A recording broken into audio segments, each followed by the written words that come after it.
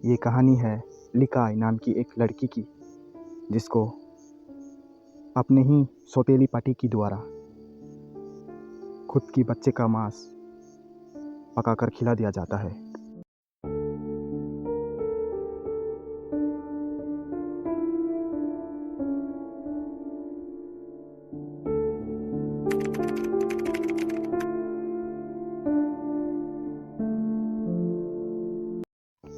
बहुत साल पहले रंगजीरते नाम के एक गांव में लिकाई नाम की एक खासी लड़की रहती थी, जो अपने पति के साथ खुशी खुशी रहते थे।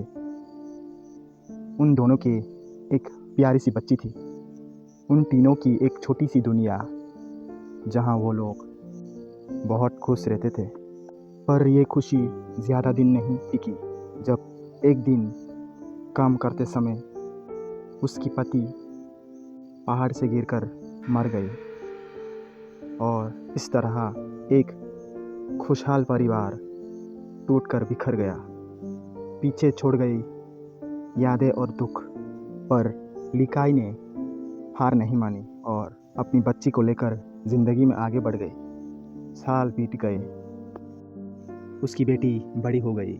लिकाई को समझ में आ गया कि वो अकेली बच्ची को संभाल नहीं पाएगी, तो लिकाई ने दूसरी शादी करने का फैसला लिया और लिकाई ने दूसरी शादी कर ली और उसकी पति लिकाई के घर में आकर रहने लगी। फिर कुछ दिन बाद सब ठीक चल रहा था।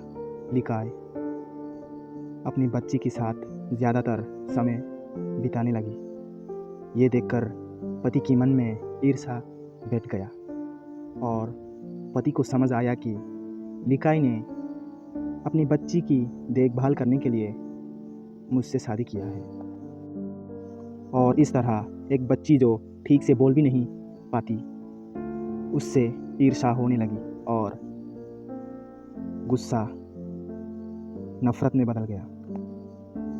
फिर इस तरह पति ने लिकाई और बच्ची को कोसना और परेशान करना शुरू कर दिया। कभी अपमानजनक बातें बोलती तो कभी छोटी सी बच्ची को बुरा भला बोलकर रुला देती। फिर एक दिन लिकाई अपनी काम पर निकल जाता है, बच्ची को पति के साथ छोड़कर। पर उसे क्या पता था कि लिकाई अपने बच्चे को आखिरी बार देखने वाली थी। फिर कुछ घंटे के बाद शाम हो गया। सोरा वैली में पर हवा में कुछ अजीब सी शांति थी, जो लिकाई को कभी महसूस नहीं हुई। दिल में कुछ अजीब सा अनकंफर्टेबल फीलिंग। थकी हुई लिकाई घर वापस आने पर देखता है कि उसकी पति ने कुछ खुशबूदार बनाकर रखा था। बर्तन से एक मीट का टुकड़ा निकालकर लिकाई खाने लगता है, पर उसे क्या पता था कि वो अनजाने में अपनी ही बेटी का मांस खा रही थी।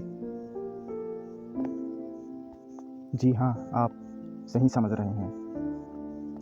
लिकाई के सौतेले पति के द्वारा उस छोटी सी बच्ची, बीहू नाम की छोटी सी बच्ची को मार दिया गया और मारकर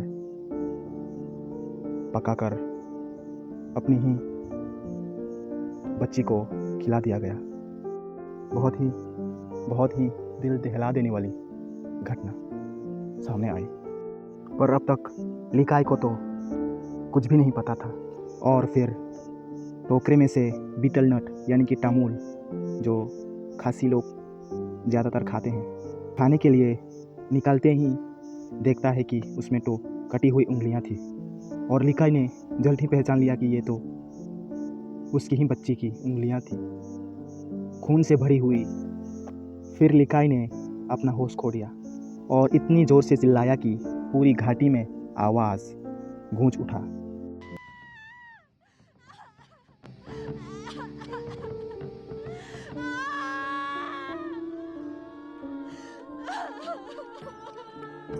और उसकी दिमाग में खून सवार हो गया और उसने एक कुल्हाड़ी उठाई और अपने खूनी पति को मारने के लिए पागलों की तरह इधर उधर ढूंढने लगी। उसने पूरी तरह से अपना होश खो दिया। उसकी जीवन में कुछ नहीं बचा था। जिसे वो इतना प्यार करती थी वो नहीं रही। मेंटली डिस्टर्ब हो गई। दिल में दर्द, पीड़ा और लाचारी ने जगह ले लिया। और फिर लिकाई ने सोरा वाटरफॉल की सबसे ऊपर पहाड़ के किनारे पे खड़ा होकर दर्द भरी आवाज़ से आसमान की तरफ देखते हुए कहा, बेटी तुम तो पापा के पास चली गई, मैं भी आ रही हूँ। फिर हम लोग एक साथ खुश रहेंगे। वो बड़ा वाला झरना मम्मी है और छोटा वाला तुम हो मेरी बेटी। ये बोलकर लिकाई इंडिया के सबसे लंबी झरने से कूदकर खुद ही जान दे देता है। और इस तरह उस वाटरफॉल का नाम नोकालिकाई वाटरफॉल पड़ गया, जिसका मतलब है लिकाई की छलांग, लीफ ऑफ लिकाई। कहानी में लिकाई जो काम करती थी वो था आयरन ओर कलेक्ट करना, यानी कि खदानों से आयरन का पत्थर कलेक्ट करके लोगों को बेचना। और इस सब का एविडेंस हमें आज भी खासी हिल्स में देखने को मिलता है। आयरन ओर मेल्टिंग, यानी कि खदानों से कच्चे धातु को निकालकर उसको पिघलाकर कुछ लोहे का कुछ बनाना, जैसे कि चक्कू हो गया और दाव हो गया, ये सब, और कुल्हाड़ी, ये सब वगैरह बनाना। ये सब काम 2000 साल पहले से ही मेघालय के खासी ट्राइब के लोग किया करते थे। और इस सब के ट्रेसिस, यानी कि सबूत, आज भी मेघालय में देखने को मिलते हैं। तो ऐसे ही अंदाज़ा लगा सकते हो कि ये कहानी कितनी साल पुरानी है और क्या ये कहानी सच भी हो सकता है, क्योंकि इस कहानी में जो लिकाई नाम की लड़की वो भी यही काम किया करती थी। तो आप ज़रा सोच के देखिए कि ये कहानी सच भी हो सकती है। तो इस तरह से आज की हमारी कहानी ख़त्म होती है। तो मिलते हैं फिर किसी दिन नए वीडियो के साथ।